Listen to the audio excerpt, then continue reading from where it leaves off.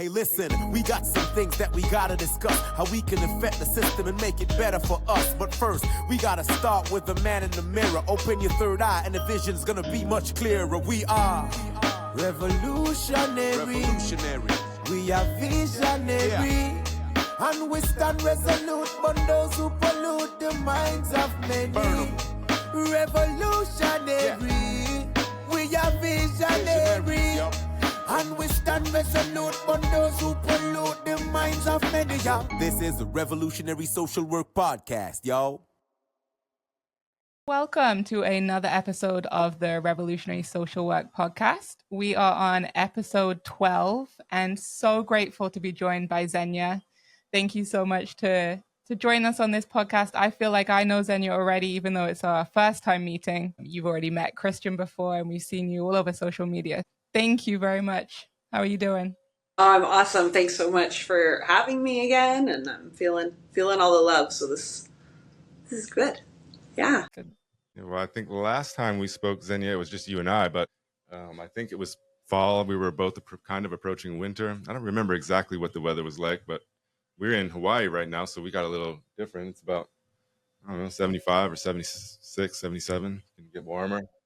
You always have to make me do the math over there, the math with the conversion. You should know. Yeah, it was the fall. It was just around my birthday, and I had just gotten back from doing goat yoga, where it was hot and sunny and wonderful kind of southern Ontario, Canada weather. And true to form, we are in minus 18, and it's cold, and it's crisp.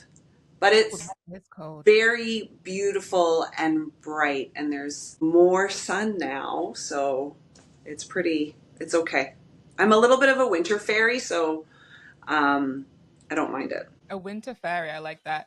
I always joke with people at work who are real winter people, and I made the phrase, "You're just wonderful winter people. Wonderful. It's for you, and it's a challenge for me."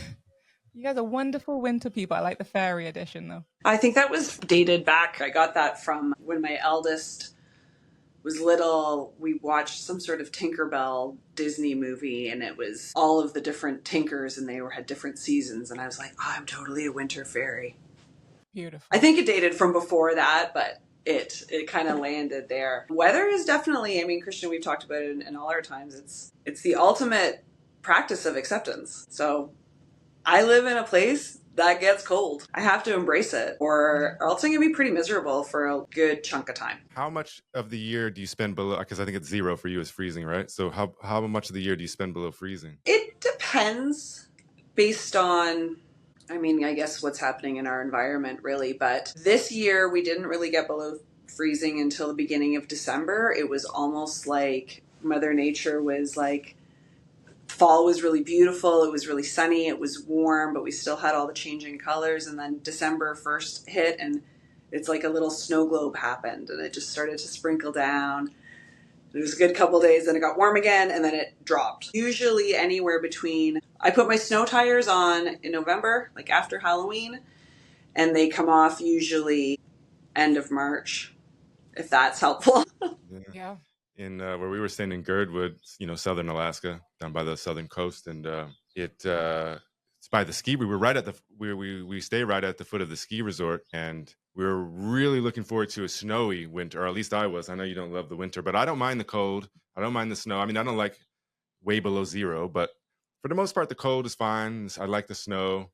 The darkness bothers me, but we were there, and it started snowing for like 4 days before Halloween, like mid-October. I was like, this is going to be great. It's going to snow all winter, and it's never going to stop here in Girdwood. And it literally rained for a month after that, like freezing rain. So you couldn't even walk outside to the truck without falling over. It was really bad. Yeah, it was such an ice rink. And I'm with you on the snow. I love the snow. And I think it's just the length of time and the dips in the temperature, the darkness, all of it that comes with it. It's just a challenge. But as you say, the acceptance, that is a really good way of thinking about it. And I think I've just struggled with that acceptance with the winter. I'm getting goosebumps right now, and not because it's cold. Because I'm thinking, like, what I know about you two is you spend a large part of time in Alaska. It's cold there. I have 2 other friends right now that are living north. One is in the Rankin Inlet,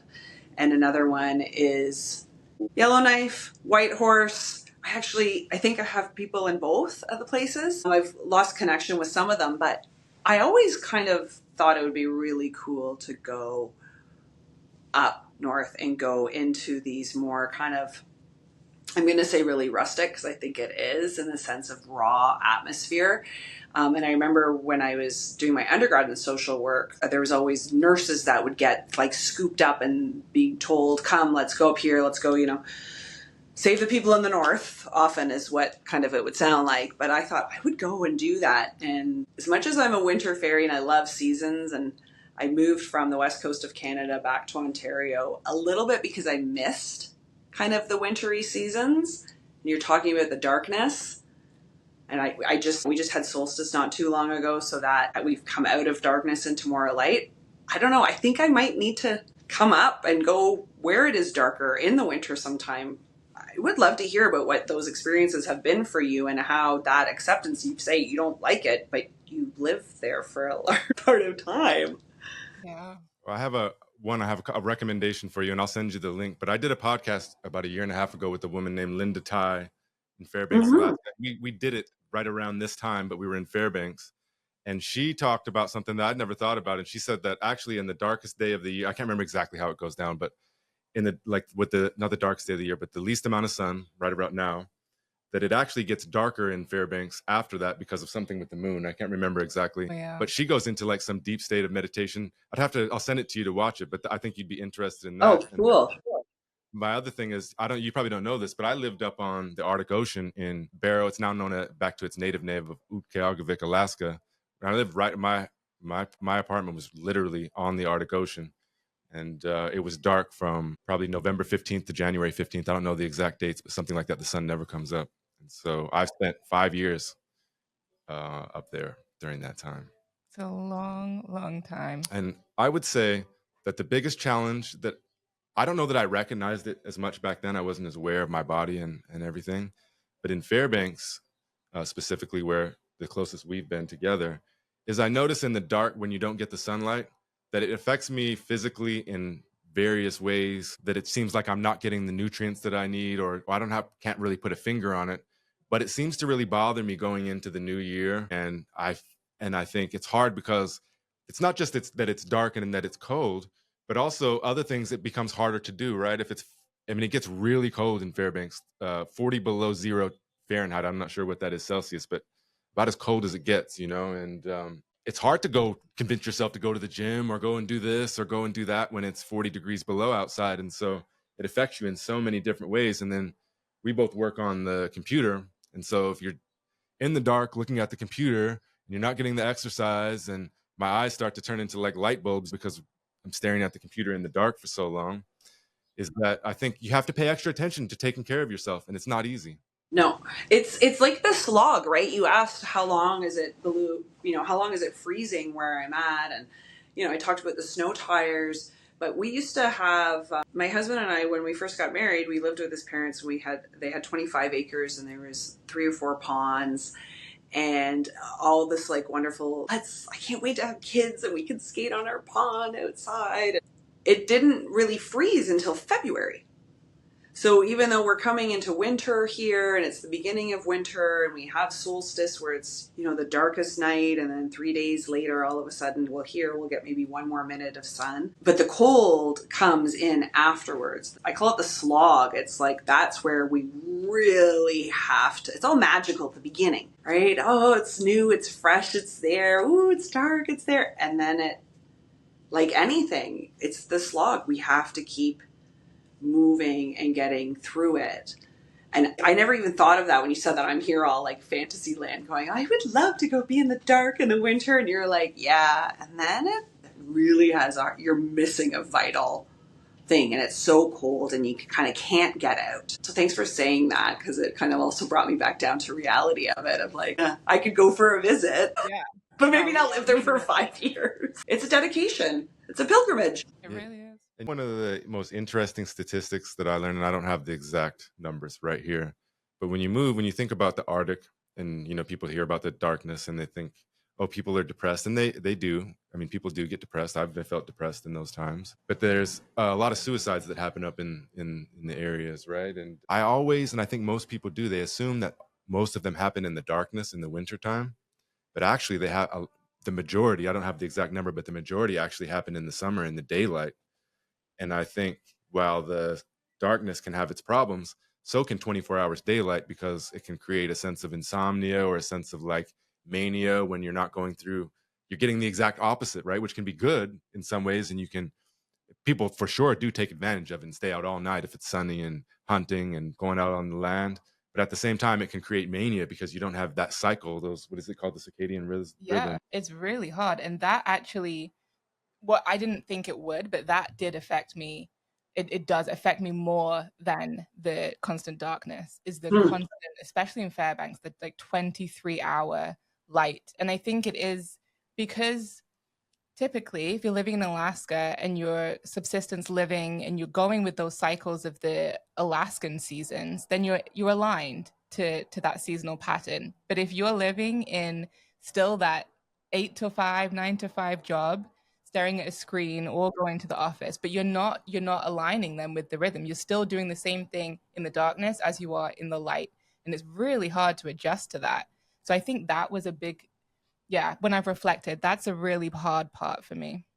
Absolutely. Like, are the seasons and how we reflect with what nature has to offer and what all of it has to offer, whether it's the light or the temperature. We see it in shift workers all the time, and there's different pieces. And one of my favorite things to do, and I talked about this the other day, is a memory actually of being with my mom. And it was like, I wasn't in high school. I had a job, but it wasn't like I had to get up at this 8 to 5, 9 to 5 kind of routine.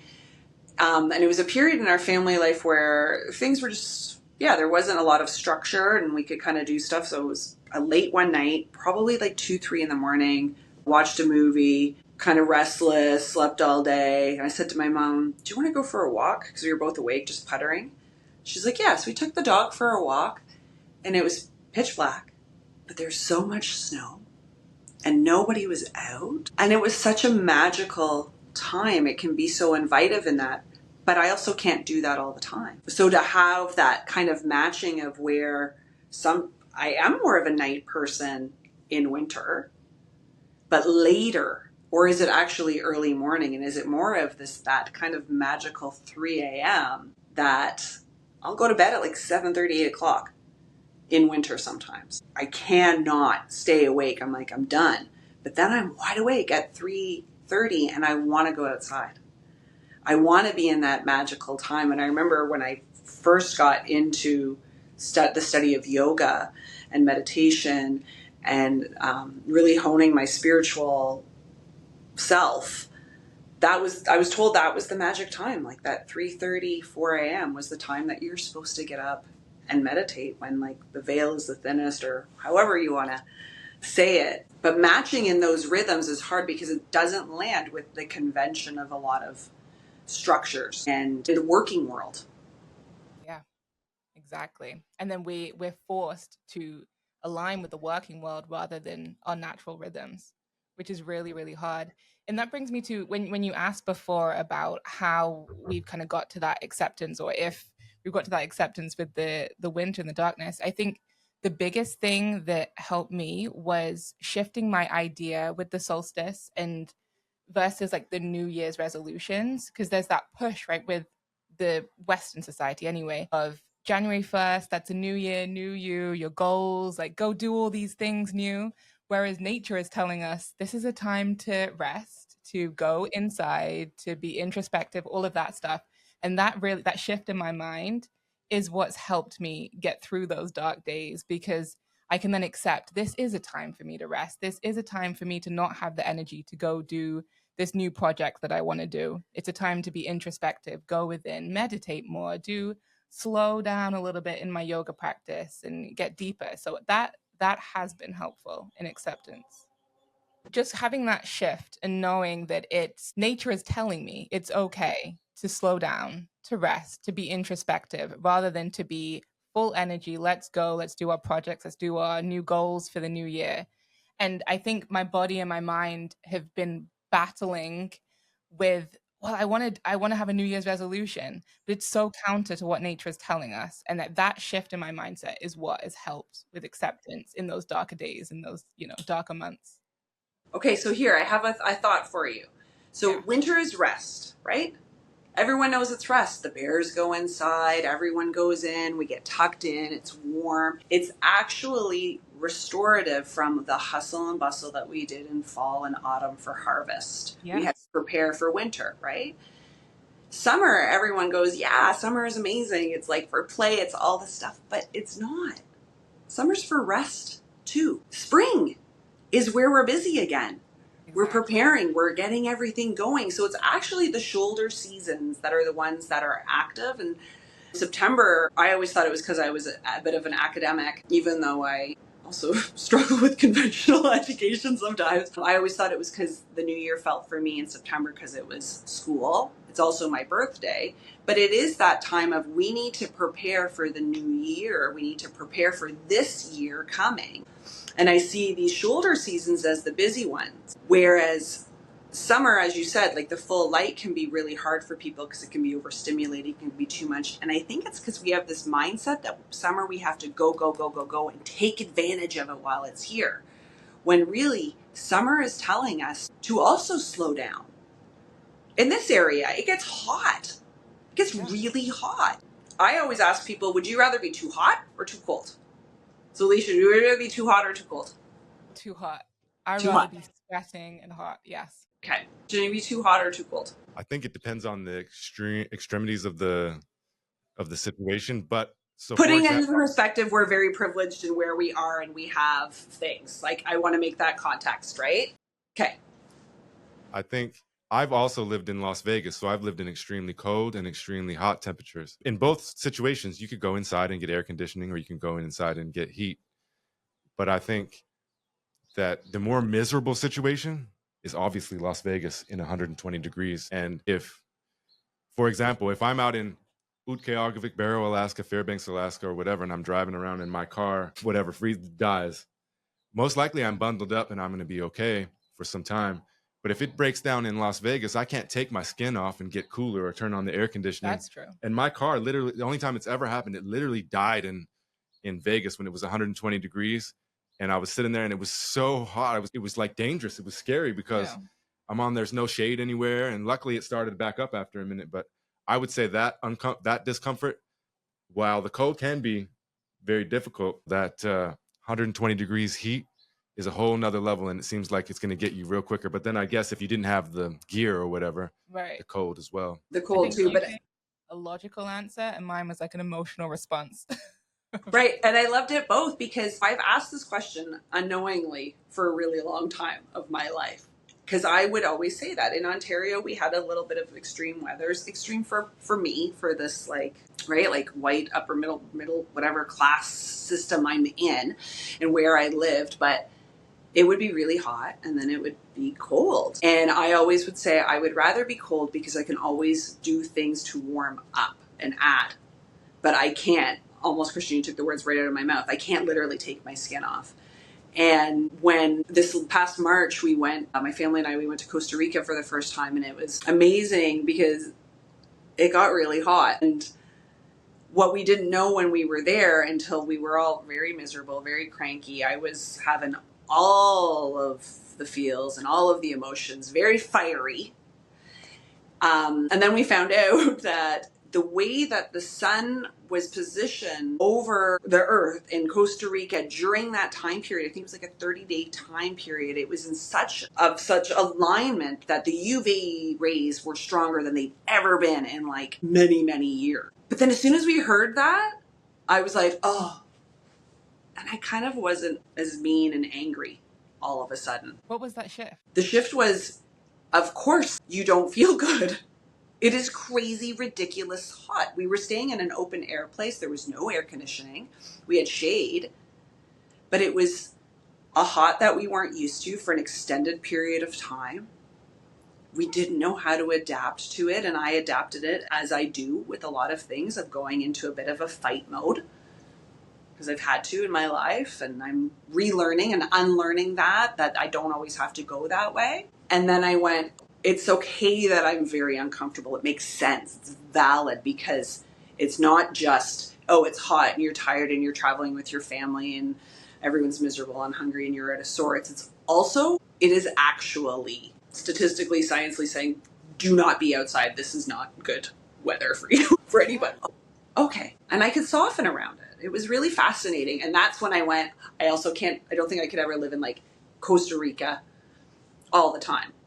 I need the seasons. I am a seasonal being. I remember that when I was living up in north in Barrow, Utqiagvik, I'd been there for about a year, and I took my first trip. My work sent me to Denver, and it was July. I can't remember, July or August or something. And Denver's pretty hot, and the altitude makes it a different kind of heat as well. You're up there, Mile High City.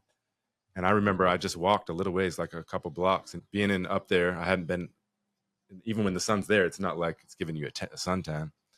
And so I was just walking down the street, and I remember it felt like there were like needles in my skin, the way that the sun just I wasn't ready for it. And so I think the best way is that we got to be able to acclimate ourselves to do it appropriately. But I mean, it's hard to go when haven't been in extreme heat and had the power of the sun. While sometimes I love that. At that time, I was like, wow, I got to get out of here. And it's really making me uncomfortable.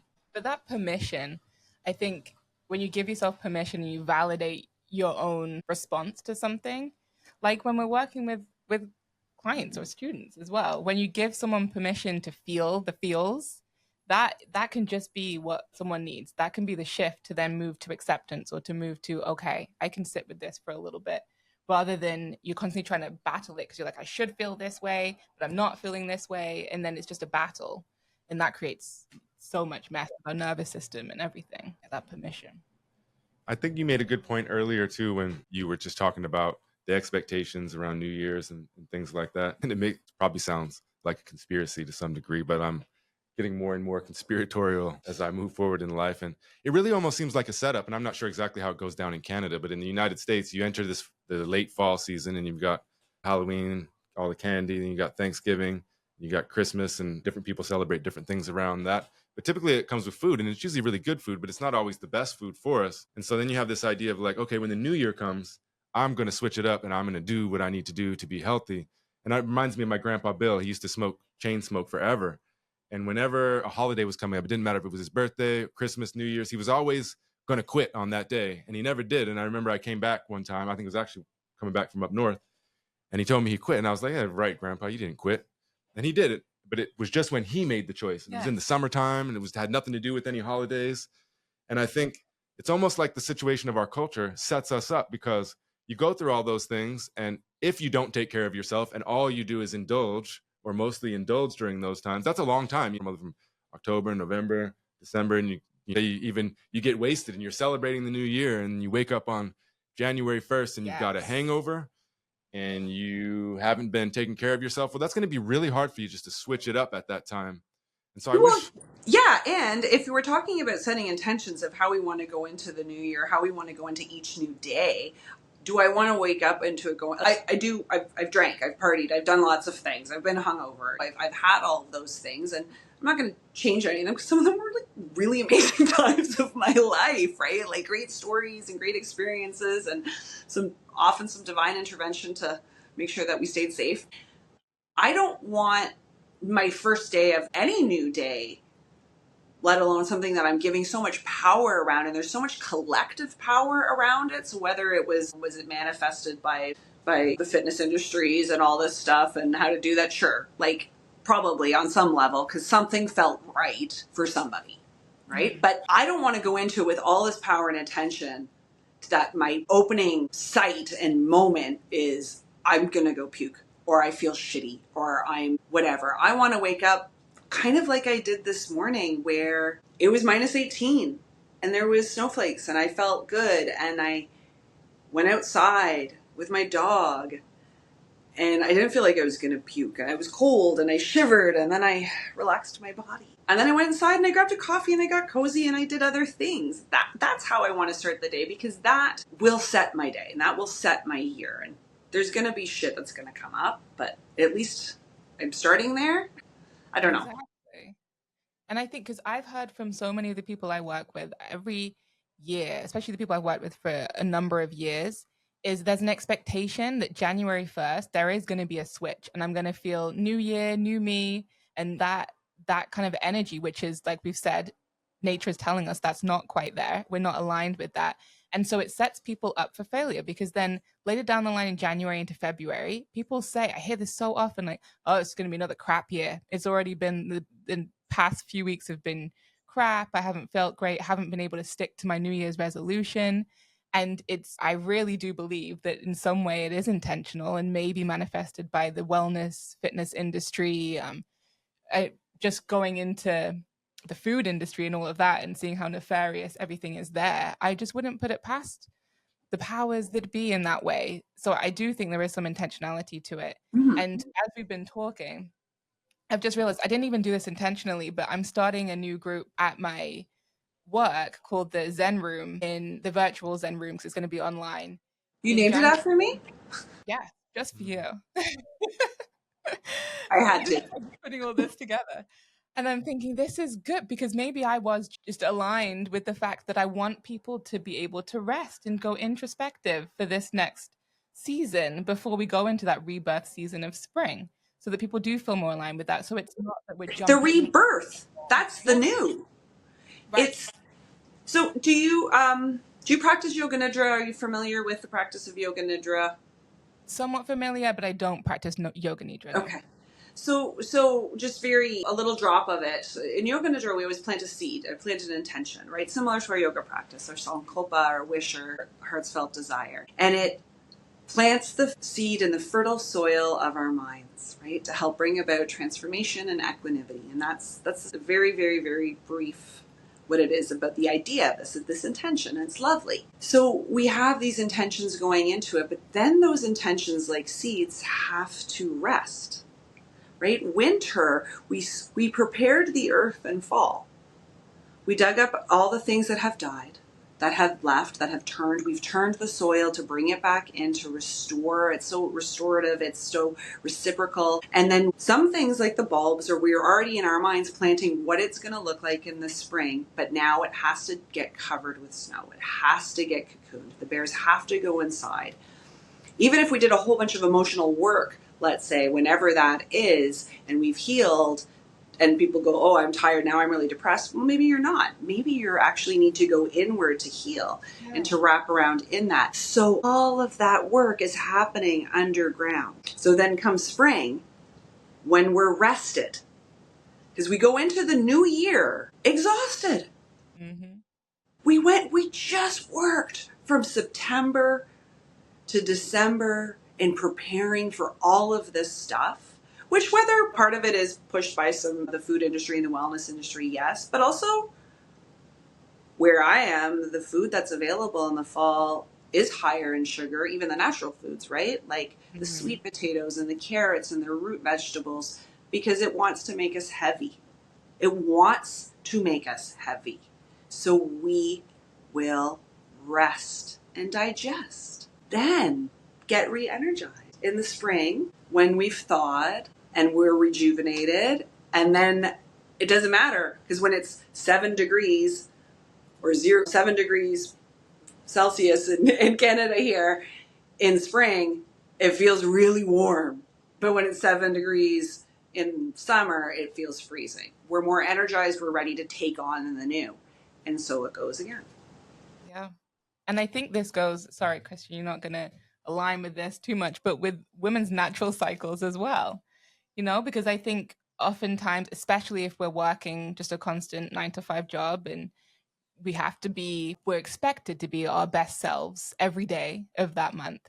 But when we align with our cycles more deeply, we can see that there's certain times where we need to accept and give ourselves permission to be more restful and to be just a little less high expectations on us. But it's really hard to do when you have a job that expects the same thing every single day, no matter what part of your cycle you're in.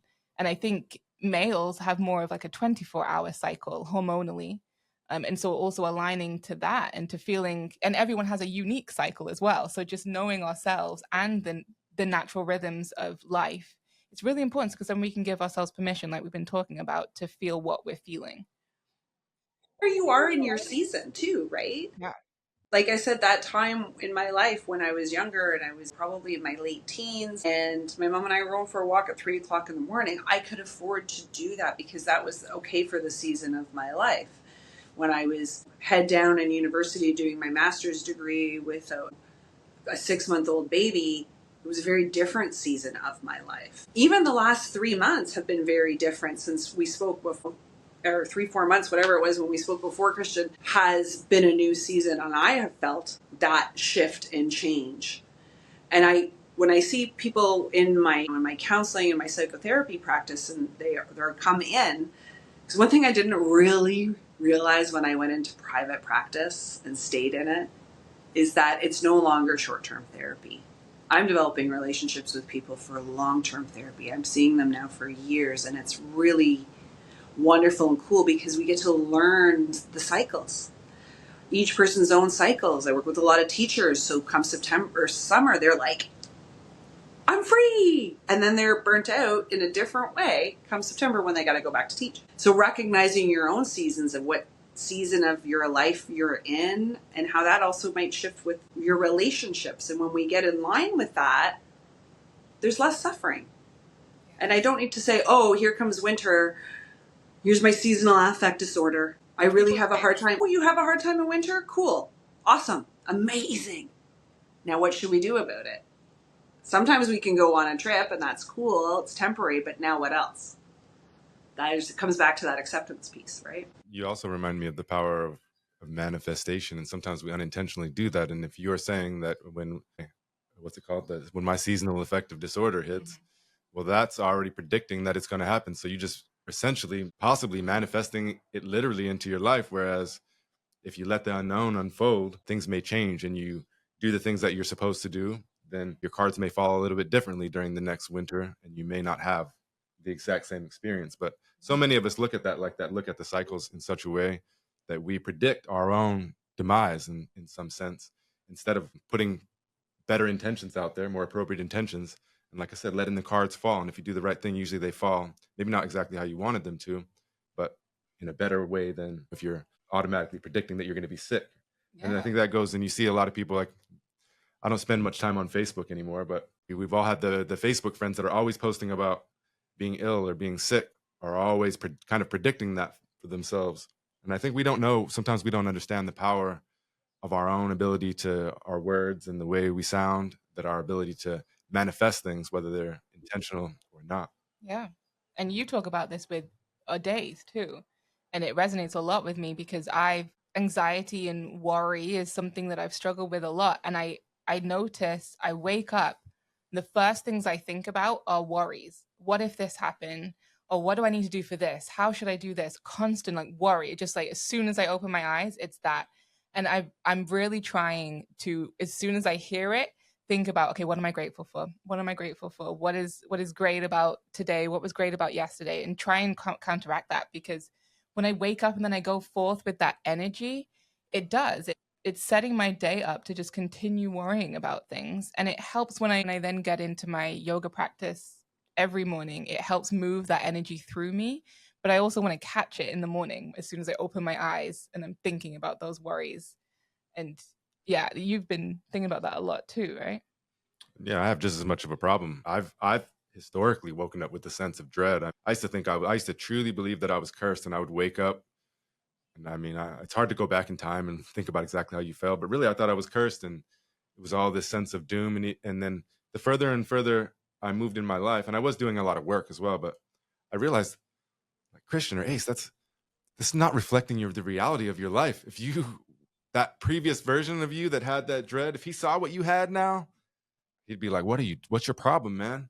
Like, you got what you got exactly what you wanted. And so the worrying, like I said, for a while I was watching a Willie Nelson video, and he was saying, worrying, it just makes you, I don't believe in it. It just literally makes you sick. And it goes again back to the power of manifestation. If those are your thoughts all the time, I think I truly believe that even today, but especially in the past versions of myself, I was remanifesting that misery over and over and over and over again.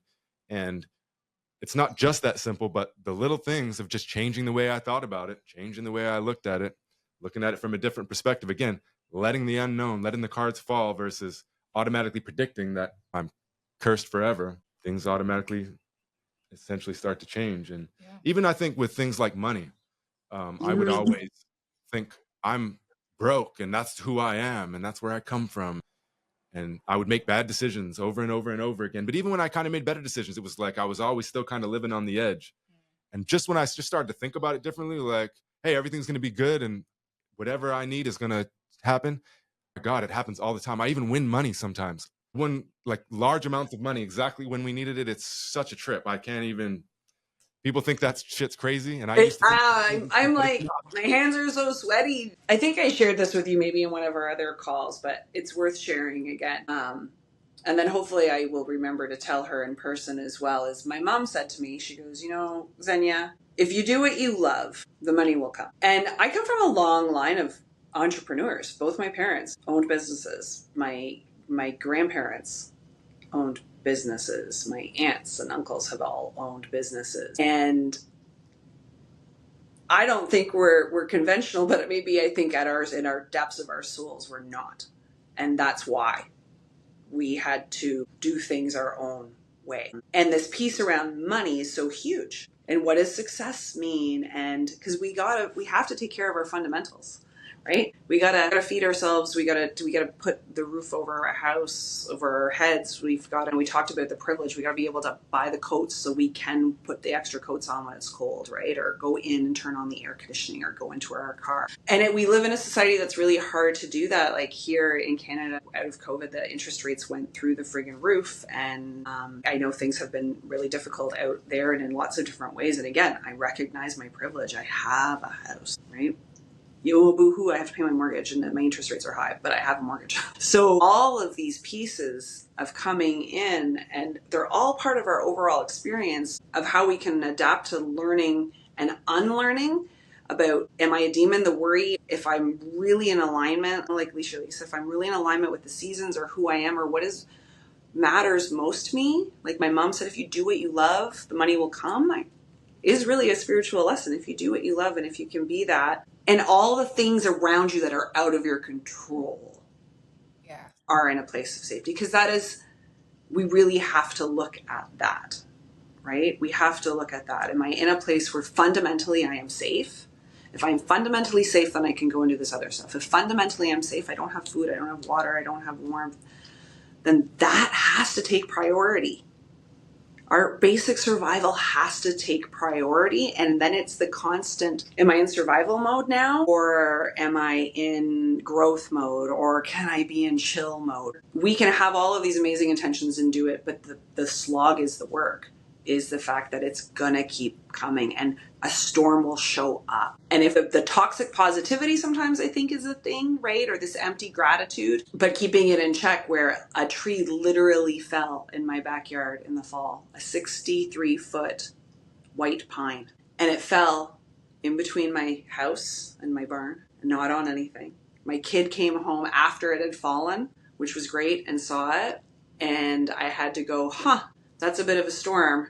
It's really scary. Oh my God, I have this big mess to clean up. And it saved me a lot of money because it was a dead tree and I would have had to pay for it to come down. So kind of like you said, Christian, like these blessings show up. When I did my yoga teacher training, I signed up for it. I was in my second year of my BSW program in Kelowna, BC. And I signed up for it and I didn't really know how I was going to pay for it because I was living on my own, student loan. And I was like, well, I'll figure it out. And I got a grant for a bursary that I forgot that I applied for the dollar amount of what my tuition was for my yoga teacher training. Oh my goodness. That's amazing.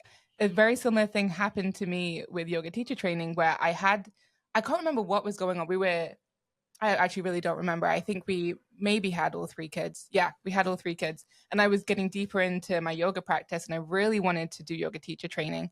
And then a scholarship came up for yoga teacher training after COVID or during COVID.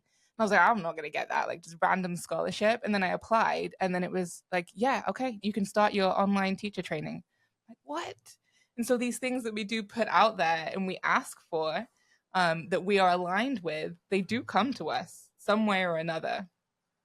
It's fascinating. But I wonder whether you could talk a little bit more about the entrepreneurial side of social work, because I think for a lot of us, there are anxieties and worries with being an entrepreneur in social work.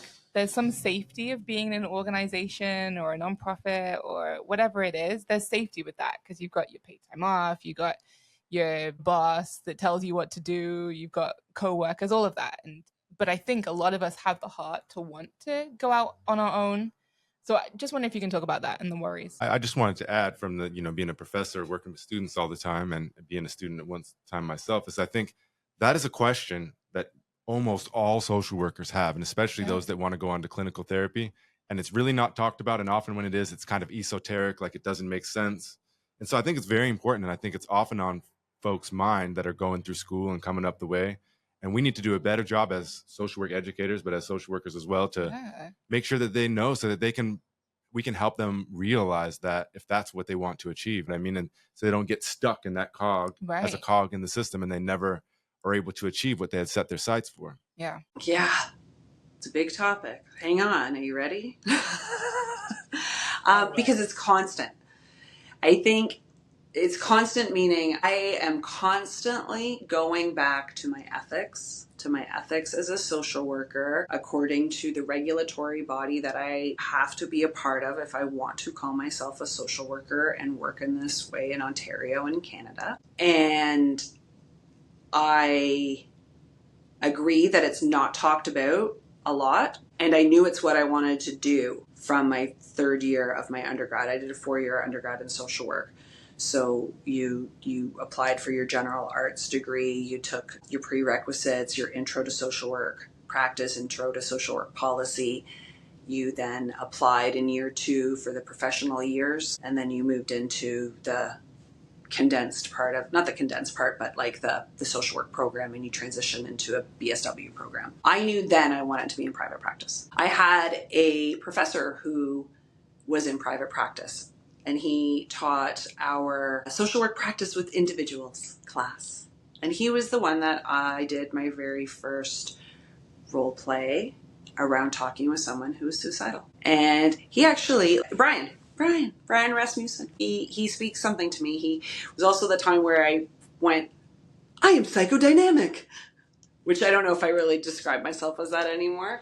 But I knew that I wanted to do private practice, and I actually wrote out what that looked like back in 2006, 7, let's say. You have to do what you have to do. So in order to work in private practice, you had to have your master's. Well, in order to have your master's, you have to have your BSW, but not always. Sometimes you can have a BA and then do a longer MSW program. But in order to do your master's, you should probably work for a little bit, right? So all of these things come up. Where do you want to work? Well, I'm a social worker. I'm a new, fresh social worker. I want to make a difference. I want to do something big. So people will do whatever they're going to go do, right? They're going to go work with disenfranchised or the homeless population, as we talked about it before. Or they're going to go work in emergency, or they're going to go work with troubled youth. I went and worked with people that were dying because that's what I wanted to do. That meant for a lot of other people in education that I met and other people in the world that I wanted to work with old people. They're like, so you want to work in aging? And I said, no, I don't. Not specifically. But I ended up doing that, which meant I got into hospitals. And then I got into mental health because as you get older, apparently you get crazier, and there's a lot to do there, and that's another story and conversation we'll have. But I ended up getting into mental health and death and dying, and I worked in hospitals, and I worked in community. And as much as I loved the work that I had to do there, and I got to do there, and what I learned there, and I had to learn it, I was not ready in 2007 to go out and have a private practice. My ego was ready. My heart knew I would get there.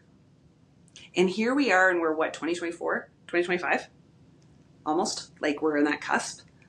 That's a long time to have a dream. So it takes a lot longer. The first thing I'm going to say is if you want to do it and you really want to do it, it might take a little bit longer than you think. And that's okay. Because you want to be able to be successful. You want to be able to offer what you want to offer. And you do not have a hospital, an agency. You don't have anything else around you, like you said, Alicia, to tell you what to do, which is really great. But that's also really hard, because then if I fuck it up, I can't blame the system. Right. And as a social worker, I love blaming the system. I do. I love blaming the systems because they're not great, right? But then if I'm the system and I'm screwing it up, that is a big thing. So it's a lot of checking in. With what is my ego? Where am I at? What are my ethics? So yes, what are the code of ethics from social work? In Ontario here, we have an Ontario Association of Social Workers. They write our code of ethics. I also go to my ethics, which are the yoga ethics. Am I causing harm? Am I causing harm to myself? Am I causing harm to someone else? But it is hard to do because nobody likes to give answers. There's lots of frameworks when you go around it. You gotta have your insurance. Are you doing your billing? Are you wanting to do it that way? Or do you want to be, a life coach or a counselor or a spiritual guide? I've done a lot of processing around what does it mean for Zenia to be a social worker, and do I want to be a social worker, and how do I want to offer my offerings? And as much as I struggle with conventional education, I do have letters behind my name, and I have letters behind my name because I had to do some of that slog, and I had to learn what works and what doesn't work for me in my ethics of how I want to do this work and what it is that I want to offer people. So I'm talking a little bit more about that spiritual aspect of it, the humanness, because you can't separate it. If you want to go into private practice, this is the stuff that you're going to have to come across. Are you going to accept credit card? Are you not going to accept credit card? And I think because a lot of social workers aren't in it, or if they are, they're older because they're more almost like in a retirement area, that they don't have the same conversation with the newer, younger generations. The professors, we love them, they're great, but have they only been doing research for the last little bit and they're no longer, right? My Brian, who taught me about private practice, he'd been teaching for a long time, and as brilliant as he is and offered me wonderful insights, he wasn't still teaching, he wasn't still doing practice. So a lot of it is not his lived embodied experience. I'm going to pause there for a sec because I feel like I just talked a lot about that, but I'm curious as to is this answering kind of the question that you were asking? Yeah. I think you have a thought. I was just going to say, I don't think there is a perfect answer. I think you added a lot of context and perspective, and that's exactly what we were looking for. If I could add something to it, please. I don't have my own business. I would just say my advice, especially that I would give to my students from that regard, would be write it down, tell people about it, keep talking about it, talk to yourself about it every day, and that will come. They will most definitely manifest itself and come true, no matter what. It may not happen like you thought it would, but it will definitely come in its own time. And you may not have control over exactly when, but I think you have to put yourself in that mindset, and you may need to go work with aging people, or you may need to go work in the hospital first. And that may be preparing you for what you need to become in order to be the successful entrepreneur or clinical therapist that has your own practice type of person. You may need that. Yeah. And I think you do need it. Because when you're in private practice, someone's going to call you up and say, hi, I'm struggling with depression. Can you help me? And you go, yeah. And you do your intake form, but you don't know what they're going to walk in with. So you do have to be prepared for all of that. But if I can share something, Christian, and Alicia, about writing it down, because this is something I think you're both going to really dig.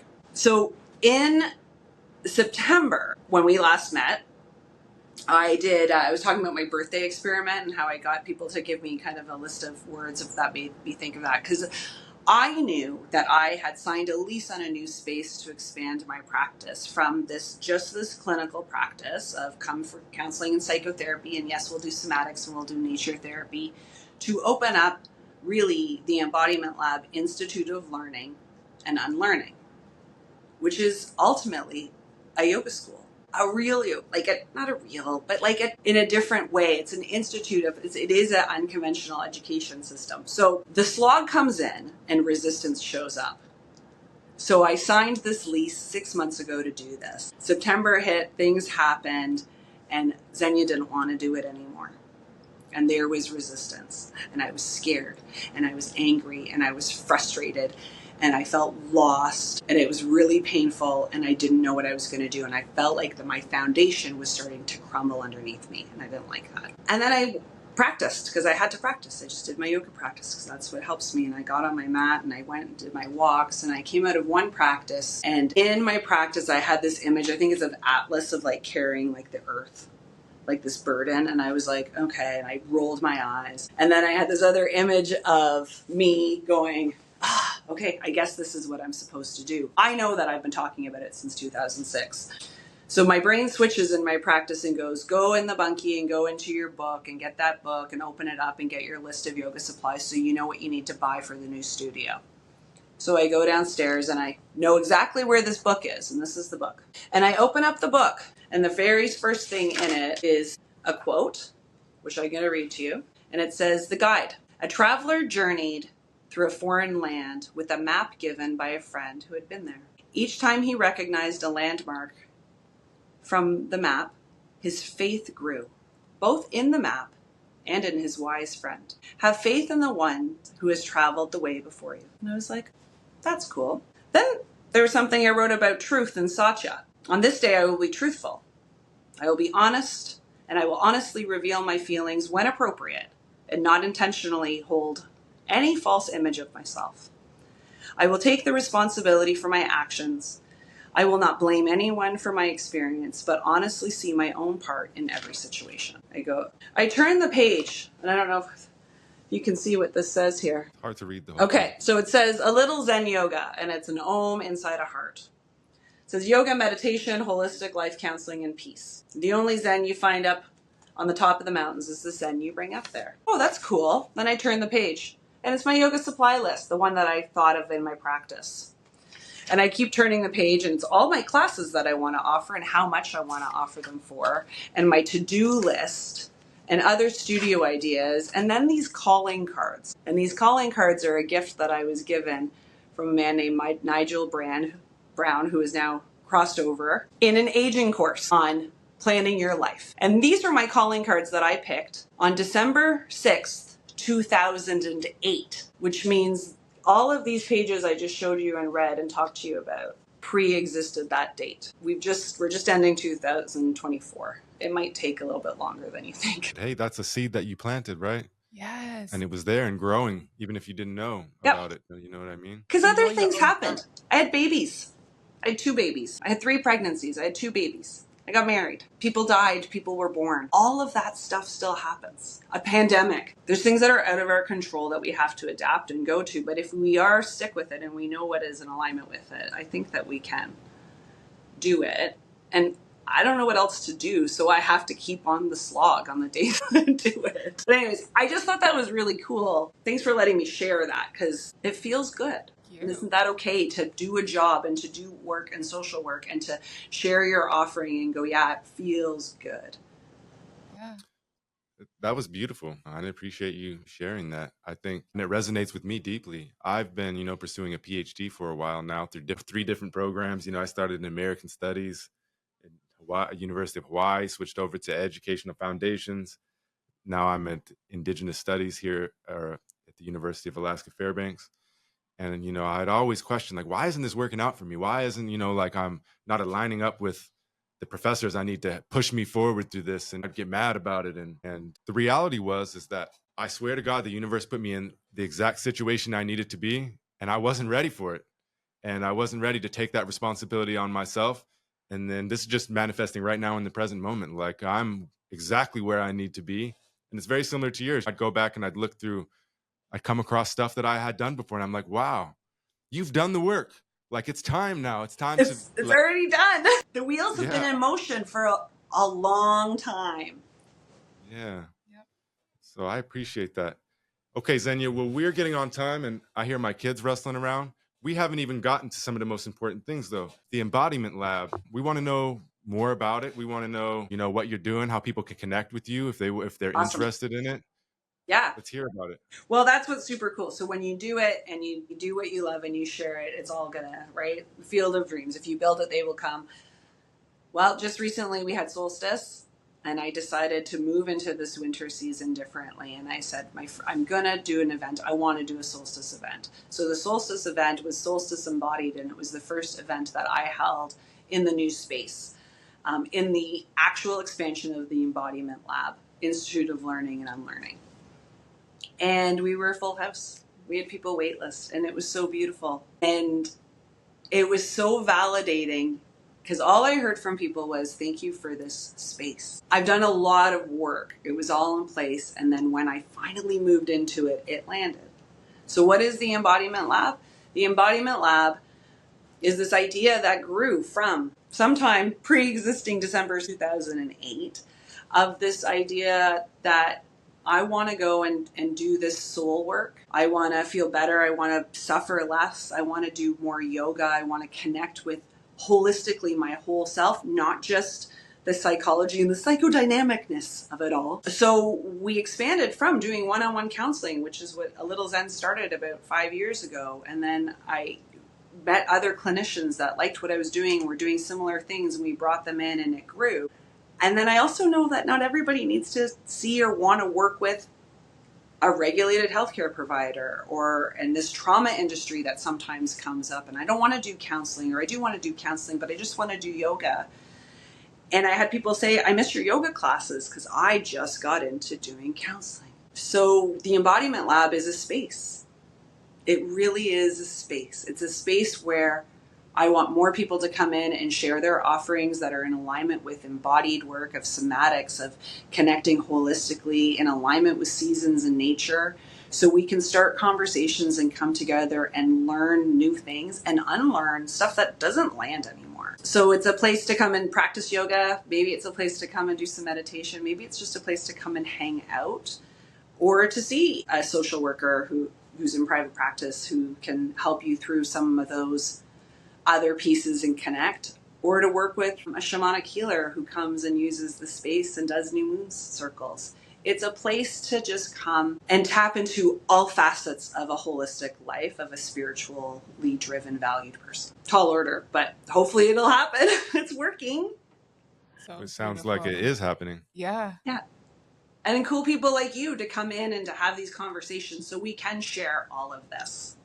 And we don't have to go into the hospital or do whatever, because I think we are all pretty magical, wonderful beings that have a lot to share. What's so awesome, and just thank you for this conversation, because so much of what you're saying is what's written in my journals and my dreams of what I want to create. So just seeing you do it and the evolution that you've had since 2008, pre-2008 to now, it's so motivating. And I hope anyone that's listening to this really pays attention to what you're saying, that we have these ideas and don't be scared to write them down, to talk about them, and don't be scared if they change too and they evolve, because we change.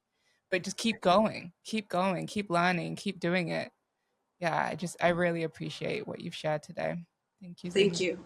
I appreciate what you both shared and what you both kind of created through your different channels. And social media it is what it is, but man, it's also pretty cool, because I'm really honored to know you two, and I will, to be cheesy, because I am, and I do love a good joke. I want to write down to actually see you both in person, and maybe it's up in Alaska. I don't know.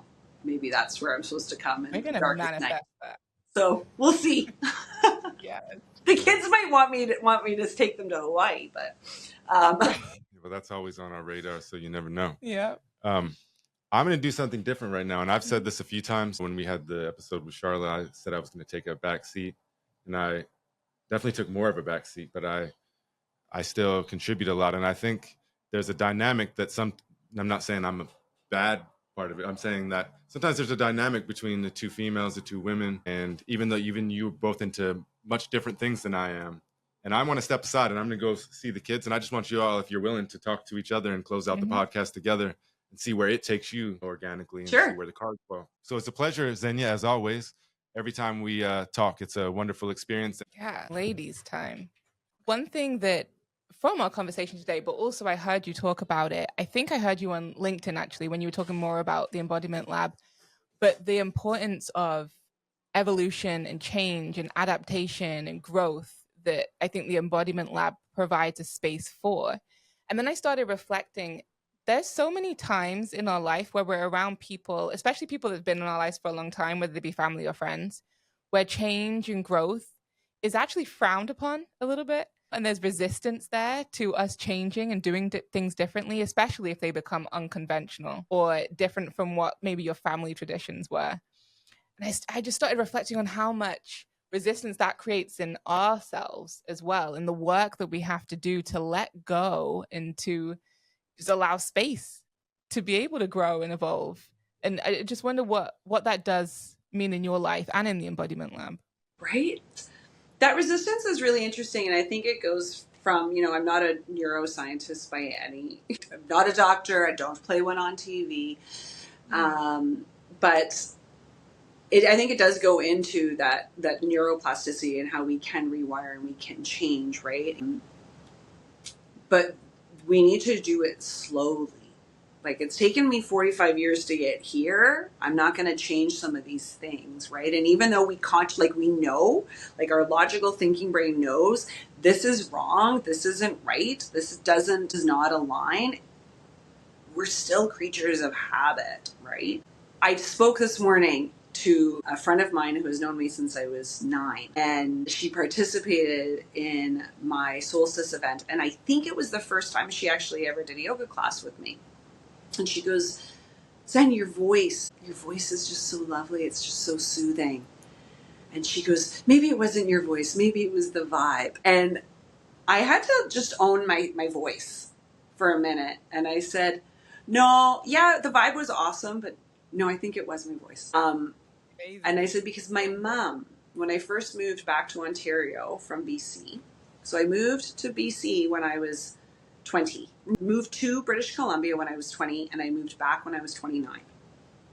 And I did my undergrad, so 4 years of my undergrad. I lived in a point where I, didn't really necessarily have money to pay for my phone bill and was eating a lot of craft dinner. I did my yoga teacher training, and I worked in a hospital, and I walked with people through death in my job as a hospice social worker, palliative care social worker. And I moved back to Ontario, and I instantly kind of started acting like a bratty 15-year-old. And my mom, God love her, kind of started acting like I was a bratty 15-year-old.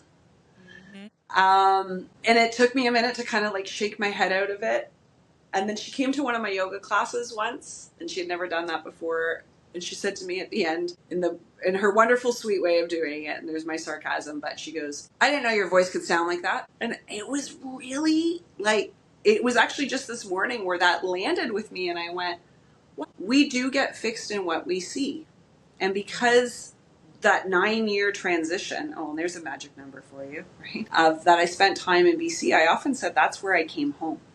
And BC was my home because it allowed me to come home to myself. And I had to do that outside of people that really just saw a picture of me.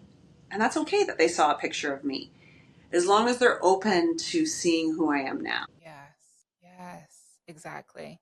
And us not forcing them to see that, but it's again allowing space for them to see it. And also for ourselves, that resistance, because we are often the ones, like when I'm sitting there crying from September to December and going boo hoo hoo, I literally had that moment where I went, oh my gosh, I'm crying because I got everything I wanted. Exactly. But now I got to do the work. But that Exactly. resistance comes in because we become really comfortable with what is uncomfortable because it's familiar. And it's top of mind. So it is so scary. So that resistance we put up, because it goes, well, now what am I going to do with all that extra time? When I work in the counseling office and people go, well, I don't want to be depressed anymore. I don't want to be anxious. When you said, I don't want to wake up being worried. And I go, okay, well, what do you want to do instead? A lot of people don't know. And that's why we're so resistant to change. Because the way that society is ruled, our seasons, we're cyclical beings. We're supposed to go in a bit of routine. So when we go off just a degree, it can feel really weird, but we need to know where we're going, right? There's many ways up the mountain, but do you want to go up the mountain or do you want to go across the river? Like, you just need to know where you want to go first, and then, whoopsies, we'll find that way. Yeah, exactly. And it is, if you heard of pain reprocessing therapy? No. For chronic pain. So it's something so grateful I got trained in not too long ago, maybe last year or the year before. And I love doing it with people because it's exactly this. It's the idea that chronic pain. Oh, sorry. Say it again. What did you call it? Pain reprocessing therapy. Oh, PRT. Yes. Not. I think I know the idea of it. I haven't necessarily heard that like TM'd, if you will. Yeah, exactly. Right. So like rewiring the brain for chronic pain that's not structural. It's pain that our bodies have just got so used to firing those messages that this sensation is painful. Now there's fear around it. And then we have that fear pain cycle and it just keeps going. And so watching people move through the therapy, which is very somatic, there's just a ton of somatic tracking that happens, and finding safety and in your body and feeling the sensations and just giving them space, allowing them to be, all of that great stuff. And just seeing people go week to week and coming back and being like, yeah, I haven't really, I mean, if I try and make it come, I can kind of feel it in my back. And I'm like, that's wonderful. That is wonderful, because it's showing a little bit of resistance to, well, if it's not there, then I mean, what am I supposed to complain about? Does that mean that I can now go do this thing that I've been saying I can't do? But then also it's just inevitable. It just starts to fall off slowly by slowly, and you build more safety around it, and you get to learn your body a little bit more. And then you rewiring those brain muscles, those brain pathways. And that change, when you see people go through it, is so beautiful. But it's also allowing space for the discomfort, and it's scary, and it's what it's going to be at the end. I'm going to have to be this new person, and helping people see that that's okay. That's okay to be that new person. But also, like you said, it's not an immediate thing. It takes time, and allowing ourselves that time to do it, not forcing it. But that change, we're all going to move through that discomfort, that uncomfortable moment, but to allow us space to do it is amazing. And to allow the people that we work with space to do it, which it sounds like the Embodiment Lab is the kind of epitome of that space. It's amazing. I hope so. I kind of joked over the last couple of years with my husband and a couple of friends around. I like to set up space, but I don't set up space like other people set up space. I don't set up space like Martha Stewart would set up space, right? Although I appreciate it and I think it's beautiful, and I know people that do, and I set up space for experience. So one day we joked, I said, I'm a curator of experience. And then it landed, and I think my aim with the Embodiment Lab is that can we collectively curate an experience that is safe, that is supportive, and that we can just hold. And what was really cool was when I had my first offering in the Embodiment Lab for the Solstice Embodied, there was a lot of energy. I was getting a lot of messages that day from people. It was all very positive. It was good. Like, I want to come. I can't wait. Or I hurt myself. So don't worry if you see me not following along. And some people had been to my yoga classes before, and some hadn't. Some had done therapy with me. Some are doing therapy with me. Some are colleagues. And it took me a minute. And then I afterwards reflected and went, a lot of people will walk into a yoga studio open, which is really lovely. However, it's also boundaryless sometimes. And as somebody that is going to hold that space, that is going to create an experience, I need to hone up on my own skills of boundary and protection and care, which is ultimately where my whole practice came from. The intervention to be a social worker, to work with whatever population, really is I got to be able to do it myself. I got to hold my space, because if I'm not regulated and I don't have that firm foundation, this is when I aim. But the really thing that was super neat that came in was when I reflected on how people walk into a yoga space. It's on a different floor than my clinical room, is a lot more open and boundaryless. And many people walk into therapy very guarded. Yeah. Right? Isn't that interesting? Very true. Very true. There's a sort of tension that comes when someone's walking in there. And then as the session moves on, depending on your own energy, it starts to unfold. But yeah, you're right.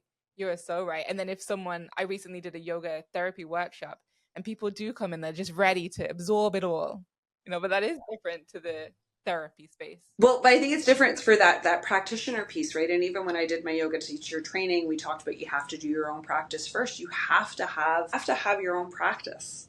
Yeah, 100%. You have to embody this. When we talk about the change of the neural pathways and the resistance and the beliefs that live in yoga, we talk about samskaras, these emotional imprints. They literally live in our body. So why is it that when I go into child and I feel a release in my low back, and then I start crying and an image of tripping over the canoe comes up, is maybe there wasn't a physical injury that also had an emotional impact on it. Yeah. Positive or negative, but that lives in our body. Yes, it does. And that's what I love about PRT too, is we look at where is that sensation coming up? But when you feel that sensation, is there distress there? Is there an emotion that's coming up, maybe in a different part of the body? And oftentimes, once people connect with that and then tears flow, it's like a release of that. What emotion may have been tied to that initial, maybe trauma, physical trauma, or injury, but an emotion that may be tied to that, letting that go and releasing it can then provide the avenue, the path to releasing the actual pain. And yeah, it's incredible. And what you said again about, and you said it multiple times during this podcast, of our own work, our self-work, and making sure that not only you're not doing harm to the people you work with, but not doing harm to yourself.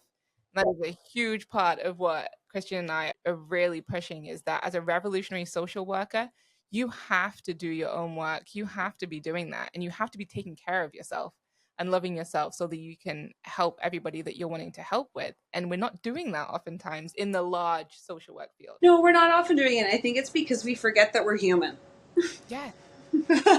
We forget that we're human. And, you know, when you asked me the question earlier about being an entrepreneur and being in private practice and what that looks like, it's hard because we don't have those frameworks around it.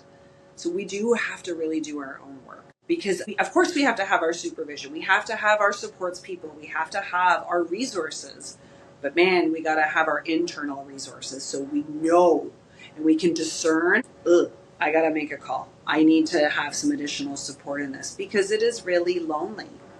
Even though I have 2 other clinicians that are in here, we're in here at different times. We're doing your own thing. We don't talk about other clients because of confidentiality. You know, we have consultation and supervision as needed, but it is a lonely space. Yeah. So we have to have that. Yeah, exactly. And even so, it being a lonely space, but also somewhat managing other clinicians as well as an entrepreneur. That's also a challenge for your own values, and just a whole different way when we go into the social work field and we work in a clinic, even if we're somewhat in a leadership role, but then you have the whole organization kind of taking care of everybody. But if you're the entrepreneur and then you branch out and have other clinicians or just other providers within your space, how do you manage that? What challenges come up there for yourself? Well, so I think one of the ways that come up for me is sometimes it's honestly when there's intakes coming in and navigating who's going to be a good choice of things and timing and personalities, because ultimately not me to decide that either. They have to have that. But how I run it really is, I'm not a clinic that has 12 other clinicians. I've got 2 because they're in alignment. They're similar enough of our levels of understanding somatics and doing the practice and nature and, you know, some of the theoretical interventions and practices is ACT, you know, acceptance and commitment therapy, as well as, you know, very relational standpoints, eco-spiritual. This is what we do here. This is the value of the clinic, of the wellness space. And I don't even know what it's really called. That's why I came up with the Institute of Learning and Unlearning, because it's not a clinic. It's not it's a space. It's a space. The challenges often are those little bitty things like doing my accounting and making sure that I have water for people. Because to manage my social media, as much as I love doing the reels because it's fun for me, it's creative, and I get to get that artistic piece out. I get to also be a little bit of my actress, because I was a theater kid growing up. But it's a lot of those, just that kind of busy work. Because when you are an entrepreneur, like, yeah, it's great to have other people do it, but you ultimately have to do it. So to pay the phone bill, to make sure the lights are turning on in the space, to make sure you have all the insurance, those are the ones that really gets me and creates me. I feel like I'm in the weeds. Or all those things. The clinical work, the working with the humans, that's different. And then to balance both of them and give yourself to say, hey, that was also a really heavy day. Because sometimes you're going to deal with some really heavy stuff. And other times you're going to deal with some really amazing things where you're laughing in hysterics. But I would say that the hardest part of being that entrepreneur is balancing those pieces, but then always going back. Because when you are starting to do something revolutionary, that's not in the books, that other people are like, well, I don't do that. What do you mean you go into the forest with people? Well, what does that mean? And even my own college, when I first called them to talk to them about it, they were like, we're here to protect the people and we got to make sure. And I was like, cool. Yeah, I know you do. Right. But I'm asking you, like, does this work? Well, people might complain if they're just going to a yoga class, but you're not just going to a yoga class. And because it's an embodied practice, sometimes there's not the words. And then as a clinician, as a regulated healthcare provider, I have to put in words. Yes. Right? So then we use those words. Like you said, somatic tracking. Tracked somatics. Yep. But then as a human and hearing the other things and putting it down on that qualitative kind of thing, it doesn't have the same impact of what I know of what I just witnessed and experienced someone saying. It goes a release in their back. And they're like, wow, I just processed something that has been sitting there for a really long time. And that's what that embodied work, I just don't think everybody has that concept in their mind of Not yet. how powerful it is. Yeah. Because it doesn't live in the mind. Right, exactly. You got to do it. Mm-hmm. You have to do it. Be it. I mean, well, who said it? Gandhi, right? Be it. Mm-hmm. You have to be it. Lots of people said it. Lots of wonderful, cool beings have said it. We have to just be it to know it. Yeah. And it doesn't translate very well into the documentation side of it. And so that's one thing I've played with a lot, because I really have manifested kind of a role that I play at the current clinic I work with, because I wanted to do more of these embodied practices. And so I had to figure out a way to pitch it to them and to also document it. Yeah. And you have to be creative about it. You really do. But then as long as you stay true to what am I providing that person? What is the space and the energy that I'm providing? And then being very creative, but also, I mean, we have liability that we have to think about too. So documenting in a way that's going to support that, we can do it. It's possible. Yeah. Yeah. And it's beautiful. So yeah, you provided so much great things and energy to this. And so I really hope everyone that is listening can just take all those little pockets of wisdom that you've shared and continue writing about your dreams and your entrepreneurial ideas and goals, and take this time in winter solstice to go inside, be introspective, to rest. And I'm sure, like Christian said, hopefully if you are willing, are going to be able to come on more podcasts and maybe in person. Oh, that'd be amazing. Retreats, workshops, all the things that we're going to plan. All the things. Would love to. Yeah. Awesome. Thank you so much. Do you have anything else that you wanted to share? Any last words? Gratitude? There's no words. It's just an embodied, sweaty palmed, full heart, big smile. Beautiful. Just being it. Well, thank you. And everyone, if you did enjoy this episode, do subscribe, give us a like, let us know any other things that you want us to talk about, any other things that you want us to dive deeper with Zenia, and we will try and make that happen. So happy winter solstice, and hopefully we'll see you very soon. And happy New Year. All the best. Yeah, thank you so much. Thank you. Thank you, Zenia. Take care. Bye. Now do we just say... You've been listening to the Revolutionary Social Work Podcast, and we just want to say thank you for your continued support. You can catch us on YouTube, Apple Music, and Spotify. Remember to like and subscribe, and don't forget to share our content with the world. But most of all, never forget to keep being revolutionary. Peace.